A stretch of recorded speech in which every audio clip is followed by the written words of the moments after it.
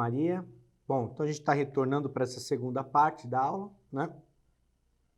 Na primeira parte, então, antes de entrar, se a Igreja Católica realmente é a Igreja verdadeira, né, da qual nós devemos dar a nossa adesão, né?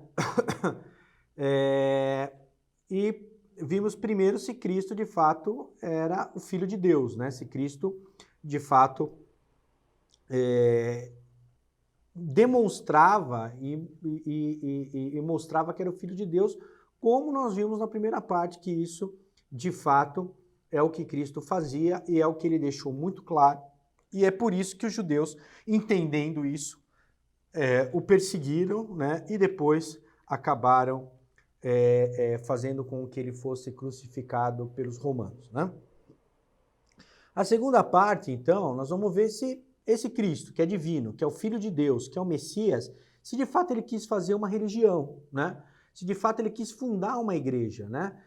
E se a igreja que ele quis fundar seria só uma igreja espiritual, né? Uma igreja aonde as pessoas, ao aderirem em algum nível a essas palavras de Cristo, já pertenceriam a ela, ou se de fato ele deixou uma igreja institucional, uma igreja visível, concreta, hierárquica, né?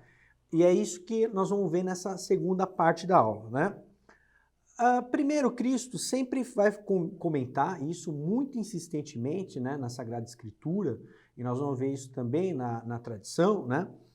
Sobre um assunto que sempre vem à tona, né, que é do reino de Deus, né? Para vocês ver como Cristo era insistente nesse tema, só em São Lucas e em São Marcos, que são evangelhos sinóticos, né, você vai ver essa expressão reino de Deus ao menos umas 50 vezes, né, durante todo esse evangelho, né, o que não é pouco, né?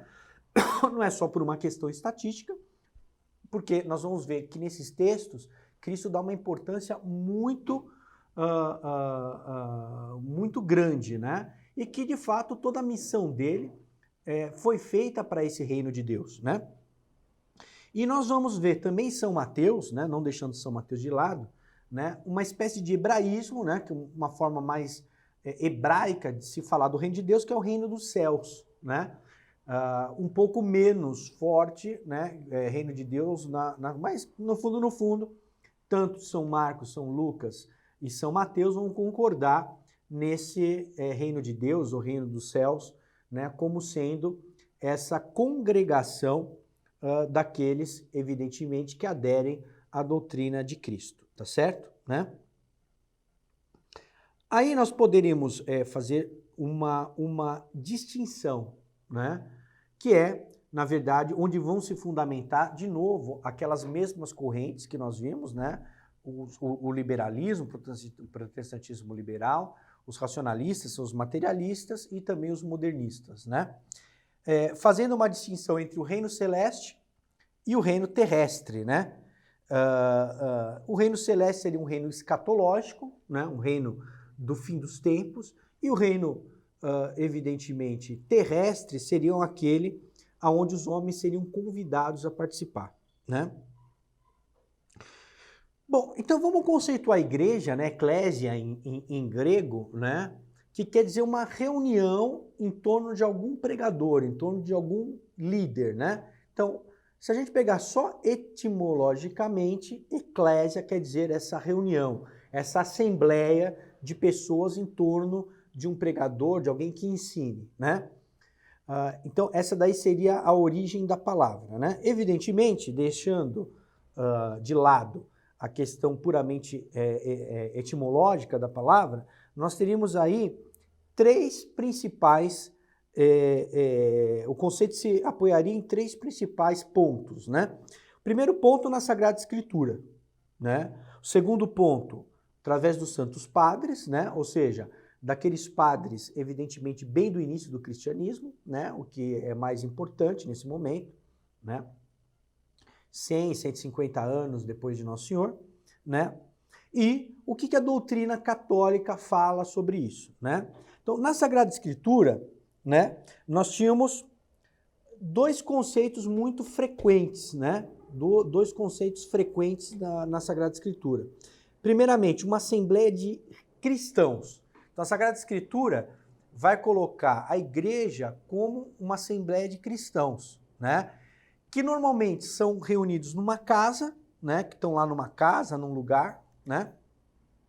Ou reunidos numa região, né? A igreja de Antioquia, a igreja de Esmirna, né? A igreja de Éfeso, né?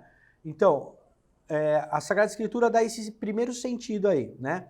Uma região ou então uma reunião dentro de uma casa, dentro de um lugar onde as pessoas estavam reunidas, né?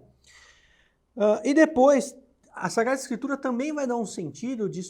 Onde que nós encontramos... Desculpe, só voltando um pouquinho, só para vocês terem a referência aí. Depois vocês têm aí no slide, que vocês estão vendo, mas vocês vão ter a referência também no nosso material, né? Onde que nós encontramos isso? Como casa ou como região. A gente encontra em Romanos, tá? A gente encontra também em Colossenses, nos Atos, né? Então aqui, ó, Romanos capítulo 16, versículo 15, Colossenses capítulo 4, versículo 15, nos Atos capítulo 8, versículo 1, capítulo 10, versículo 22, capítulo 16, versículo 24, capítulo 14, versículo 26, Gálatas, capítulo 1 e 22 e outros lugares ali, né? Só se tem alguns para que vocês um pouco tenham a ideia aí de que, nesse sentido, né, a igreja como lugar de reunião é citado várias vezes, né? Mas também é citado num sentido de uma igreja universal, de uma igreja enquanto sociedade universal, em vários lugares também na Sagrada Escritura, né? Então, os dois conceitos, como uma igreja de uma reunião e um conceito universal de igreja, um conceito de que a igreja é essa reunião universal de todos os cristãos, também é citado. Então, onde nós encontramos isso? Começando, o mais importante, no Evangelho de São Mateus, capítulo 16, 18, nos Atos, capítulo 5, 11, capítulo 8, versículo 1, versículo 3, capítulo 9, versículo 31, nos Gálatas, capítulo 1, versículo 13, em Efésios, capítulo 1, versículo 23, capítulo 5, e assim por diante. Então nós temos muitas citações, né? Não vou pegar cada uma delas agora para ler para vocês, apenas estou demonstrando que existe uma fartura de citações nesses vários sentidos, né? Então, as objeções que se nos colocam é que Cristo, quando citava uma igreja, citava apenas ou uma igreja completamente transcendente, né, espiritual, que só bastava uma união sentimental, romântica mesmo, né, e que, por isso, não necessitaria de fato de uma igreja, e Cristo nem quis ter uma igreja, né. Nos Santos Padres, eles dividem em dois sentidos, no sentido estrito e no sentido geral, né, da igreja universal, da igreja católica, por assim dizer, né. Então, no sentido estrito, né, como um lugar, uma reunião, tinha lá a Didaquê, a Epístola de São Clemente, né, aos Coríntios, né, e no sentido universal nós vamos encontrar isso nos Santos Padres, em São Clemente, em Santo Inácio, em Santo Irineu, em Tertuliano, né, em São Cipriano, todos dos primeiros séculos, né? Então, Santo Inácio é do século I, né? São Clemente também. Então, essas epístolas já continham com clareza essa distinção entre igreja universal, né? Ou seja, que de fato Cristo quis uma igreja visível, como também existe uma igreja espiritual, uma igreja invisível, da qual, né, nós temos que fazer parte se quisermos ir para o céu, né? E a doutrina católica, que vai colocar, claro, tudo isso é doutrina católica, mas colocando muito claramente a doutrina católica coloca, principalmente como uma sociedade, e uma sociedade estrita, ou seja, dos fiéis, do bispo e do papa, né? Por que que a igreja, de fato, a doutrina coloca uma sociedade propriamente dita? E no caso da igreja católica, a sociedade mais perfeita. Porque para o fim que ela tem esse fim, né, que é ensinar, que é governar, que é reger, né? Ela tem os meios, então ela tem os fiéis a quem pode ser governados, regidos e ensinados, ela tem o Papa, os bispos e os padres, de quem compete a missão de ensinar, reger e santificar, né? E também tem a autoridade que pode levar ela até esse fim, né? Que é dada evidentemente por Cristo, né? E Cristo assim desejou fazer, né? E uma sociedade também sobrenatural. Então, a doutrina católica diz que também, apesar de ter uma sociedade em si perfeita, que tem todas essa finalidade, um meio e autoridade para conduzir a esse fim, também tem uma característica sobrenatural, né? Ou seja, ela tem um poder doutrinal, né? Um poder de explicitar a doutrina de Cristo e de confirmar a doutrina de Cristo, né? E um poder sacerdotal, que é o poder de ministrar os sacramentos e transmitir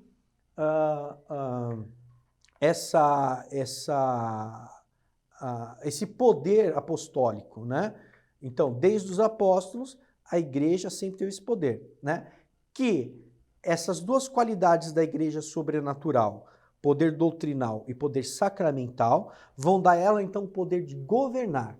E unido a uma sociedade visível, cuja finalidade material, né, ela se torna uma sociedade perfeita, né? Onde ela em si tem todos os meios para fazer internamente, e não precisando de apoio externo, a sua finalidade, né? Então, a igreja como uma sociedade visível, a igreja como uma sociedade sobrenatural. Ela tem todos os meios para realizar isso, todos os meios materiais e todos os meios sobrenaturais para realizar isso, tá?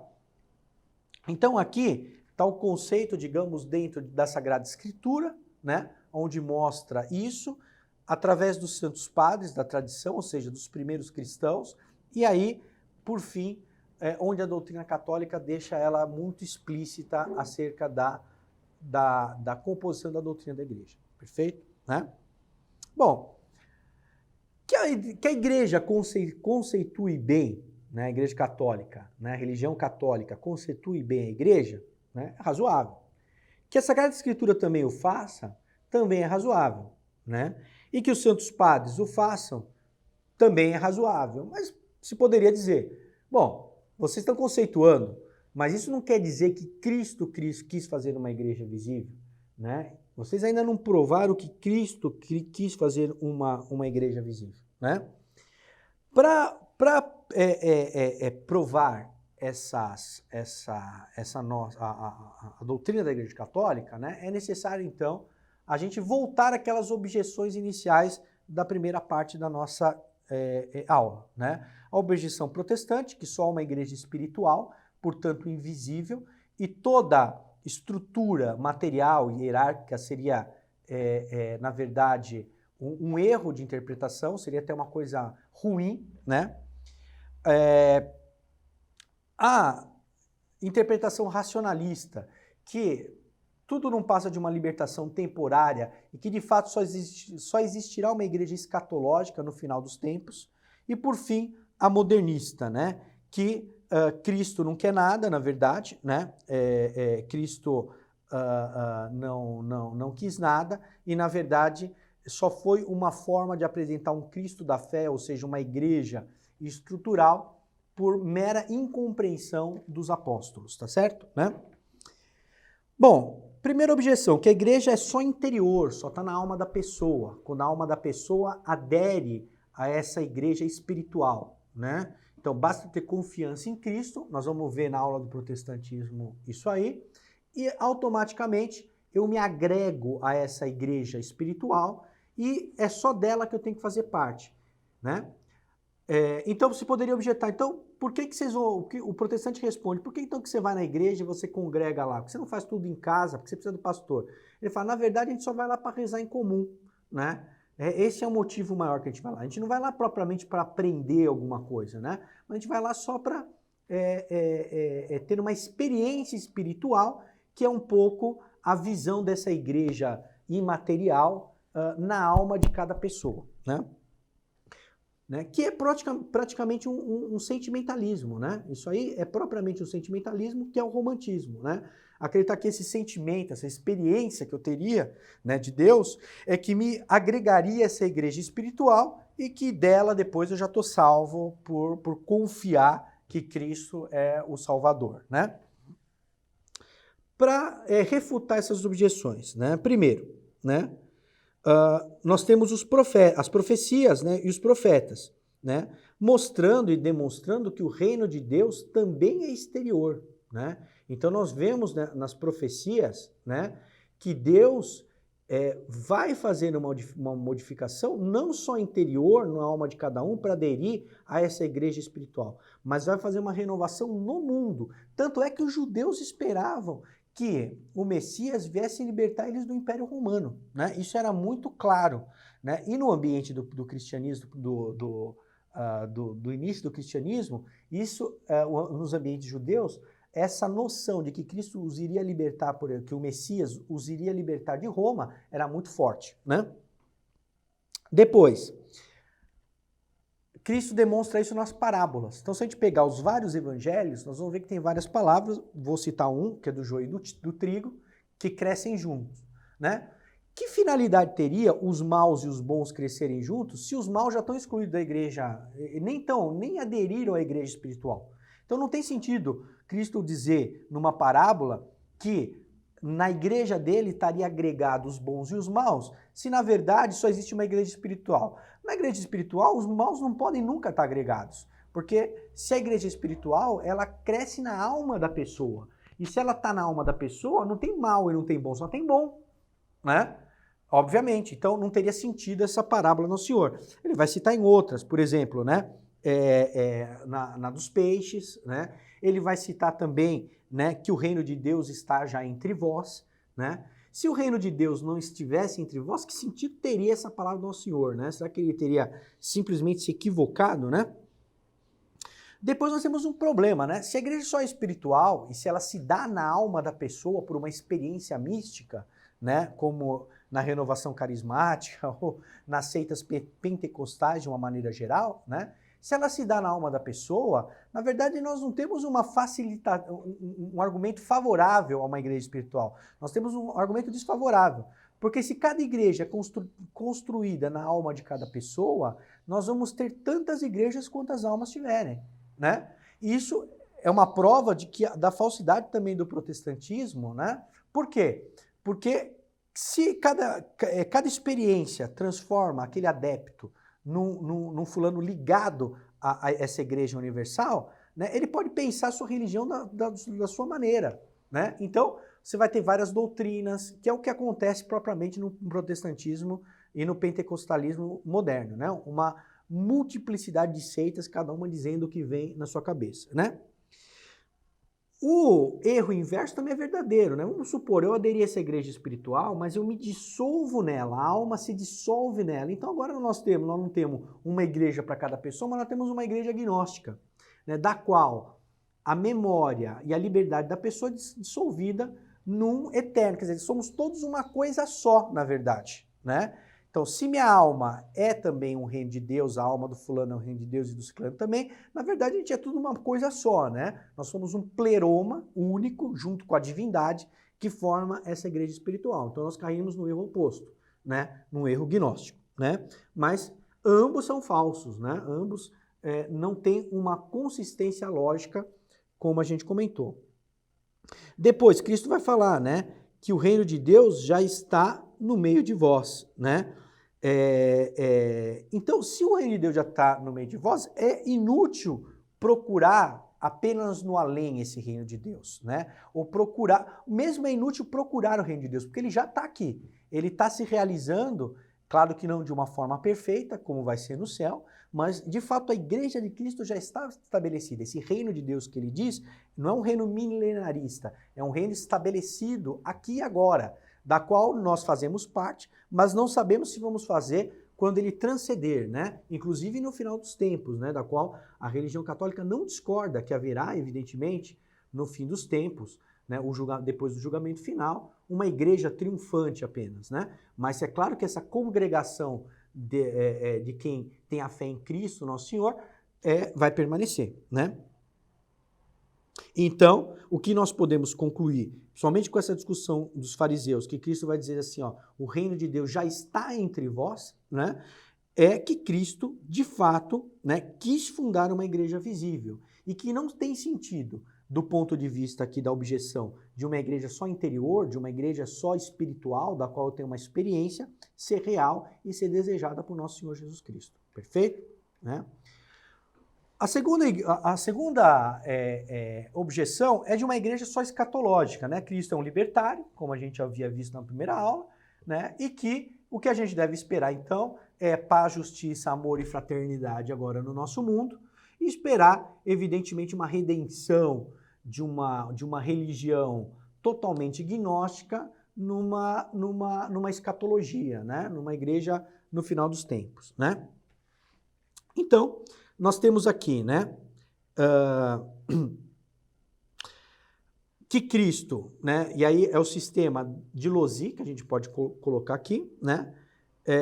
Que teria duas finalidades: o anúncio do fim do mundo e preparar as almas para o fim do mundo. Então, para esse sistema, Cristo só tem duas finalidades: pregar o fim do mundo e dizer que e preparar as almas para o fim do mundo. Né? Para agora não tem importância, nós não precisamos aderir de fato a uma doutrina, uma hierarquia, nada disso. Né? E, em virtude disso, né, volta aqui o processo dos racionalistas, né, os apóstolos vendo e os primeiros cristãos vendo que esse fim do mundo não chegava, né, os milenaristas estão sempre esperando também para toda hora, o fim do mundo chegava, então, bom, já que não chegou, vamos alterar a doutrina e vamos dizer o seguinte, olha, então, na verdade, Cristo não pregou a igreja do fim do mundo. Na verdade, Cristo pegou uma igreja, né, que era hierárquica, mas aqui é só para a gente tapar esse buraco aqui, né? Que na verdade estava esperando para ontem a vinda de Cristo e como ele não chegou, então a gente resolveu inventar aqui uma igreja hierárquica, uma igreja visível, tá certo? Que é claro que só por si só é uma loucura isso aí, né? Mas isso que afirma os racionalistas. Da mesma maneira que eles viram o processo de Cristo se divinizar com o tempo, né, eles agora começam a ver também o processo de mudar entre uma igreja escatológica para uma igreja institucional, uma igreja visível, né, o problema de Cristo não ter acabado o mundo quando eles queriam. Né? É claro que, evidentemente, isso é falso. Né? E nós vamos encontrar essa falsidade dos próprios evangelhos. Né? Então, Cristo, primeiramente, os judeus, né, a imagem que os judeus tinham de Messias, né, que o Messias vinha inaugurar um reino definitivo de Deus, era clara.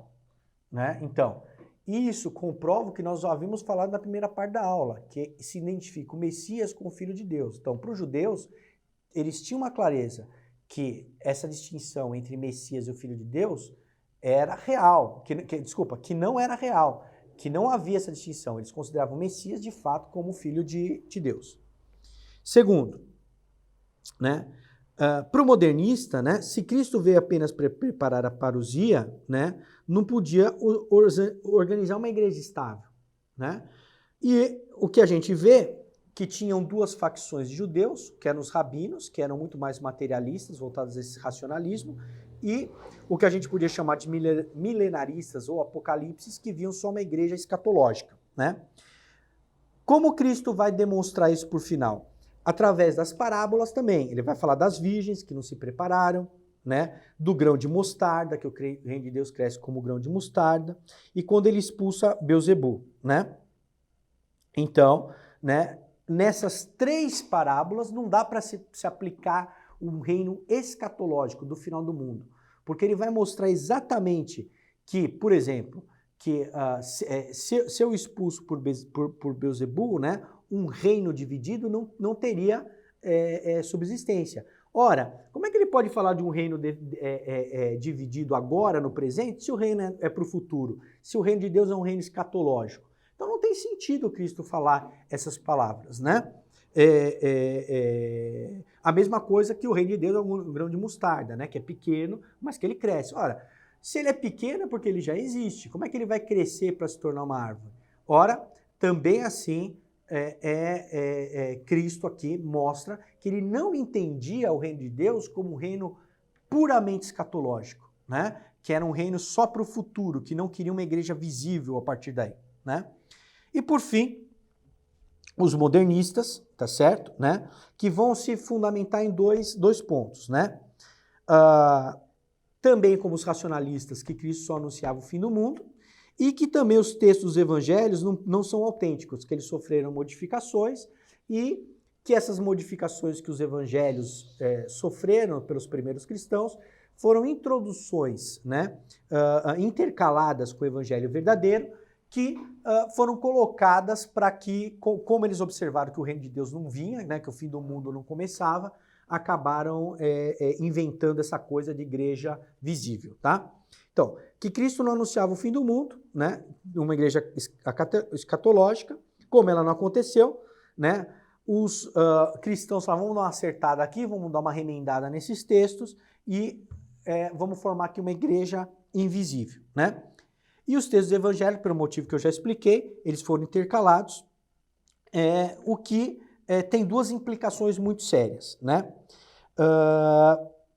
Primeiro, né, que os textos eram todos escatológicos e que, portanto, os cristãos e mesmo os apóstolos tinham introduzido os novos textos com uma outra ideia e não a ideia que Cristo tinha sobre a igreja dele, né? Então, qual que é dois problemas nessa argumentação modernista? Primeiro, que então os textos não têm validade do evangelho, ou seja, eles não são autênticos e fiéis à palavra de Deus. E que por isso os apóstolos não são fidedignos, né? Os apóstolos são mentirosos, porque eles conviveram com Cristo, sabiam o que Cristo pensava, acreditavam, né? Não foi ter uma coisa maliciosa assim, eles acreditavam e tal, mas aí eles perceberam que de fato não veio lá o reino de Deus que era para vir, que Cristo tinha pensado, né? Então falaram assim, bom, então tem que manter esse reino. Para a gente manter esse reino tem que fazer uma igreja, então vamos fazer uma igreja, né? Então os apóstolos, na verdade, deram uma ajeitadinha na situação, mesmo que não por uma malícia completa, mas que usaram ali uma dose ali de esperteza para solucionar. Então, que os apóstolos, na verdade, deram uma enganadinha, né? Qual que é a solução para isso? Então, a solução para isso é que, de fato, tem uma igreja escatológica, mas também tem uma igreja visível e real que vive no nosso meio, que Cristo desejou e deixou, né? Como é que a gente prova isso pelos evangelhos? Quando Cristo cita que o reino de Deus está próximo, na verdade, ele está citando principalmente a destruição do templo e a destruição de Jerusalém, né? Inclusive, ele faz várias analogias a esse ponto. E quando ele vai falar da igreja escatológica, ele fala de um tempo que ele não sabe quando vai vir, né? Então, o tempo eminente acontece de fato as profecias. No ano de 70, Jerusalém e o templo, inclusive, foram destruídos pelos romanos, né?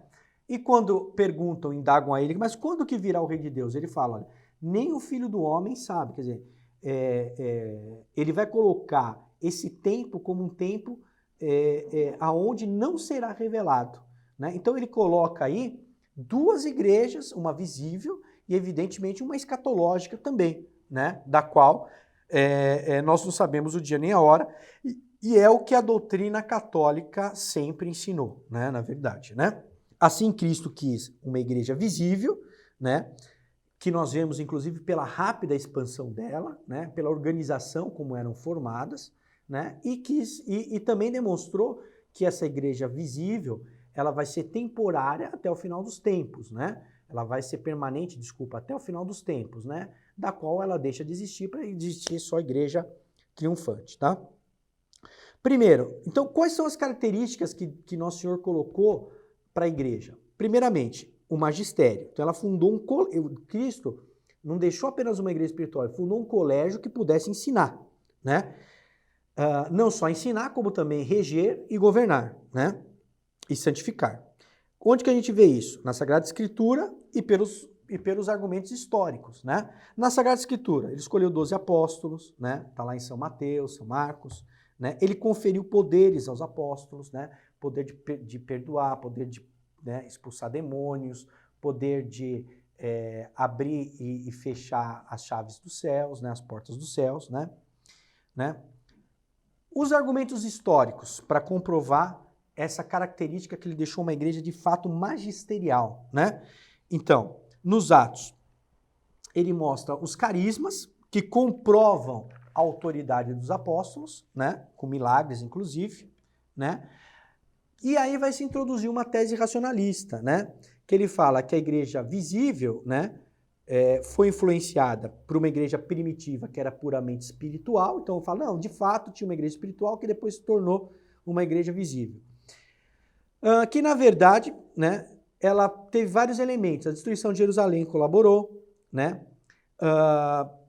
os colégios pagãos que existiam na época, essa estrutura foi incorporada, né, que tinha um monte de apóstolos que ficava nessa êxtase desesperada em esperar a volta de Cristo, colaborou para criar essa igreja visível, e até as seitas heréticas contribuíram, por incrível que pareça, para fazer a igreja visível, né? Os apóstolos inventaram a igreja visível. Por exemplo, o gnosticismo e o montanismo, né?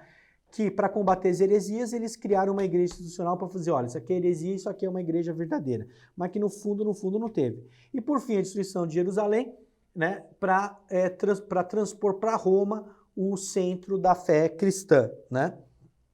Então, que essa igreja visível, no final das contas, acabou evoluindo para o catolicismo como a gente conhece hoje, né? Então, o que tem de errado nesse conceito, então, dessa igreja ministerial e visível, né? Se a igreja, de fato, inicialmente fosse só de inspiração individual, você teria uma anarquia, porque cada um faria sua própria religião. Como não tem uma autoridade para organizar a doutrina, cada um pensaria o que está na sua cabeça e o que iria resultar numa anarquia. E qualquer sistema anárquico não sobrevive, né? Ele acaba se destruindo. Nosso Senhor também fala isso. Se Beelzebul tiver contra Beelzebul, né, o reino dividido não pode se permanecer, né? Depois, né, podia ser um engano, né? Porque a igreja, né, não se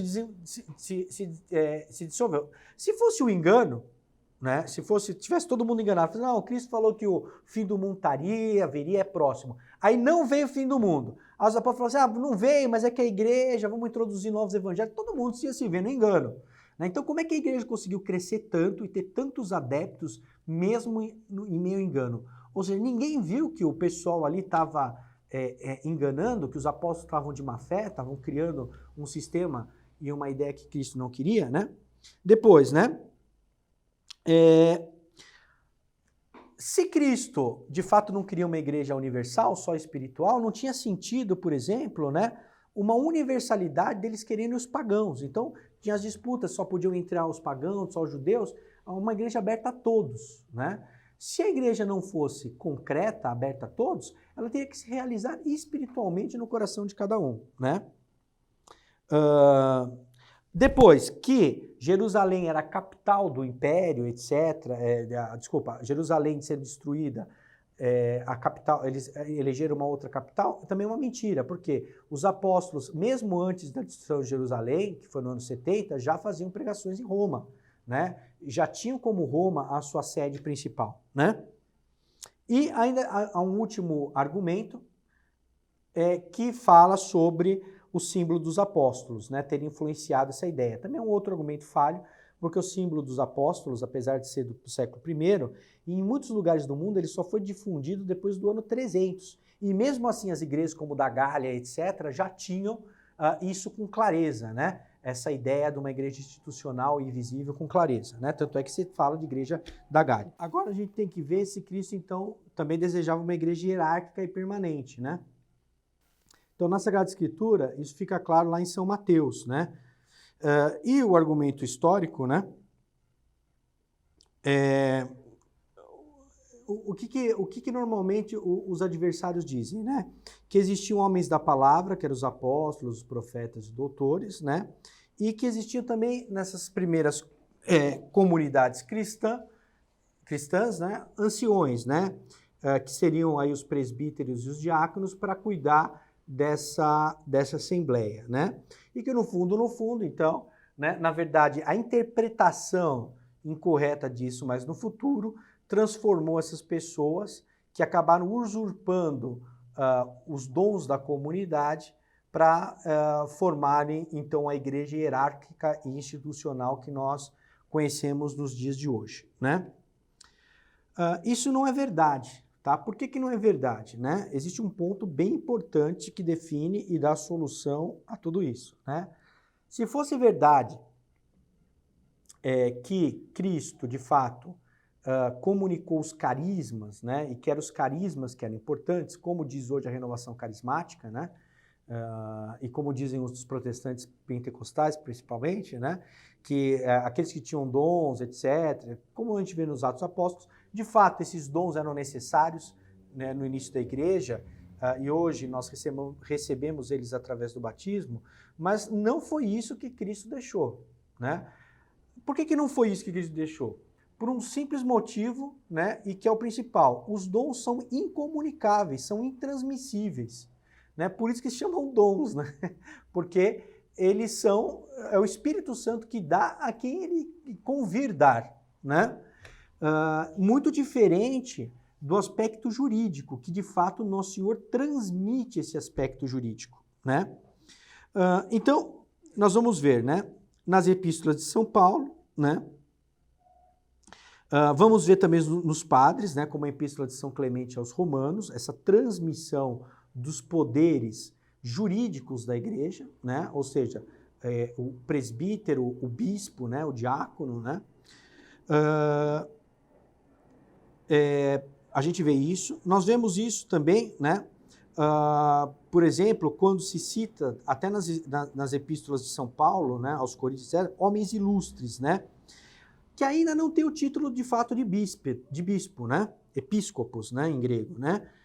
Mas a função é própria do bispo, ou seja, é só uma questão da terminologia aí, muito mais que da função, como a gente vê aí já em São Clemente e nas epístolas de São Paulo. Então tá na epístola de São Paulo para os Coríntios, capítulo 5, versículo 3, capítulo 7, versículo de 10 a 12, tá? Em Coríntios, capítulo 12, versículos de 1 a 6, tá certo? Né? Também nós vamos ver isso no próprio Apocalipse, né? No Apocalipse se vai falar dos anjos da igreja, né? O anjo da igreja de Esmirna, o anjo da igreja de Laodiceia, etc, né? Então poderiam objetar, não, mas esses anjos, na verdade, são os anjos da guarda dessas igrejas, dessas regiões, que de fato existem os anjos da guarda, tá? Mas nesse caso da Sagrada Escritura, não podem ser os anjos da guarda dessas igrejas. Por que não pode ser? Primeiramente, né, é verdade que a Sagrada Escritura faz elogios, né, a esses anjos dessas igrejas. É verdade. Entretanto, além dos elogios, elas repreendem, né? A Sagrada Escritura repreendem os anjos, né? Não só os repreendem, como também os ameaçam, né? Ora, os anjos são seres santos, né? São seres totalmente espirituais.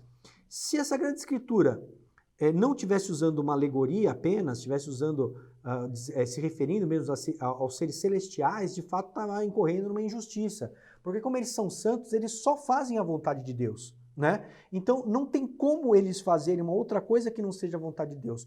Como eles podem ser repreendidos por Deus fazendo a própria vontade de Deus? Então, de fato, né, quando a Sagrada Escritura fala dos anjos da igreja, na verdade esses anjos, né, são apenas aí uma comparação, né, dos chefes de cada igreja, dos bispos dessas igrejas, né? Então, quando o Apocalipse se refere a eles, está se referindo, na verdade, aos bispos dessas igrejas, né? E bispos, chefes visíveis, né? Porque as coisas acontecem no tempo, acontecem concretamente, tá? E por fim, resta saber se Cristo de fato queria um primado, né? Se Cristo queria que de fato o Papa fosse o chefe completo da igreja, né?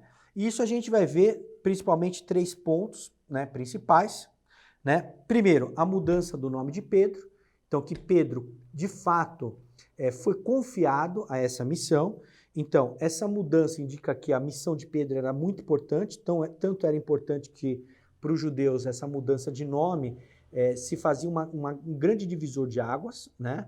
Então, por exemplo, Abraão para Abraão, né? Então teve uma modificação e indicava uma missão muito importante, né? Depois, Cristo atribui a Pedro sempre uma promessa de indefectibilidade, ou seja, que jamais a porta da igreja iriam permanecer sobre a igreja dele, mas ele se referia diretamente a São Pedro, né? E não, né? E se referir a São Pedro, aqui tem um detalhe que também defende o ponto de vista de que esses poderes da chave, o poder de São Pedro, permanecem no tempo e são transmissíveis, né? Tanto é que ele fala no futuro que as portas do inferno jamais permanecerão num futuro distante, da qual São Pedro já não estaria mais vivo, né? Ele já estaria martirizado, né? Então, né, ele vai colocar essa indefectibilidade que Pedro, tu és pedra, e que por fim também defende a essa transmissão desse poder do Papa para os seus sucessores, né? Se Cristo só falasse no presente, não teria sentido ele falar que jamais prevaleceriam sobre a igreja, uma vez que a igreja iria se acabar assim que morresse São Pedro, entendeu? Como os protestantes afirmam, inclusive, né? E depois, o que Cristo entrega as chaves a São Pedro, né? Dizendo que tudo que ele abrir na terra será unido no céu, e tudo que ele desligar na terra será desligado no céu, mostrando, fazendo uma analogia dessa entrega das chaves do céu, uma analogia ao pai de família, que tem o poder sobre a casa, que decide quem entra e quem sai da casa dele, né? Que decide a hora que ele quer entrar e a hora que ele quer sair, com essa da chave. E por fim, a colação do governo propriamente do episcopado que Cristo dá, né? Principalmente ao Papa e aos seus sucessores, né? Os sucessores que são os bispos, né? Então, com relação a confirmar a missão. Então, não é Cristo que confirma a missão dos apóstolos, mas é São Pedro que tem essa missão de confirmar os irmãos, né? Isso é mais uma característica muito própria, muito distinta dos outros apóstolos, né? Que não precisavam confirmar isso, né? Pastorear as ovelhas, né? Então, depois daquela célebre passagem, Pedro, tu me amas, então apacenta minhas ovelhas, né? Então, ele dá o governo de reger todo o pastoril de uma igreja concreta, né? Visível e concreta de Cristo. Portanto, visto tudo isso, né? Nós somos obrigados a aderir a essa igreja de Nosso Senhor, aderir à igreja católica, a única, verdadeira. Não só uma igreja espiritual, como uma igreja visível, né? Não uma igreja somente anárquica, mas uma igreja com uma hierarquia estabelecida. Não só de dons que servem que podem estar unidos, por exemplo, nos próprios apóstolos, mas de um governo jurídico, real, uma sociedade perfeita que tem os seus fins, tem os meios e tem sua missão, né? Então, por tudo isso, nós precisamos amar, querer, e assim como Cristo desejou a igreja dele visível, real, hierárquica, permanente na terra, e também uma igreja, no fundo, triunfante no céu, né? E padecente no purgatório, né? Daqueles que vão para o céu um dia, né? Nos alegrarmos por isso e aderirmos com todo o nosso coração, todas as nossas forças para defendê-la dos constantes ataques, porque naquela célebre frase também do Evangelho que diz que as portas do inferno não prevalecerão sobre a igreja, é porque Cristo sabe que a igreja dele será combatida desde o primeiro momento até o final dos tempos. Então nós devemos estar sempre a postos para defendê-la e cada vez mais conhecendo e cada vez mais estudando a Sagrada Doutrina. Quero agradecer a todos vocês que puderam ver essa aula, esse módulo, né? Os materiais estarão disponíveis, né? As perguntas podem ser feitas, né? E a gente vai responder agora nesse ciclo de aula, né? No ciclo desse módulo. E toda a bibliografia e as referências estarão aí em breve disponíveis para vocês. Salve Maria, obrigado. Vamos rezar. Em nome do Pai, do Filho e do Espírito Santo. Amém. Ave Maria, cheia de graça, o Senhor é convosco. Bendita sois vós entre as mulheres e bendito é o fruto do vosso ventre, Jesus. Santa Maria, Mãe de Deus, rogai por nós, pecadores, agora e na hora de nossa morte. Amém. Ave Maria, cheia de graça, o Senhor é convosco. Bendita sois vós entre as mulheres, bendito é o fruto do vosso ventre, Jesus. Santa Maria, Mãe de Deus, rogai por nós, pecadores, agora e na hora de nossa morte. Amém. Em nome do Pai, do Filho e do Espírito Santo.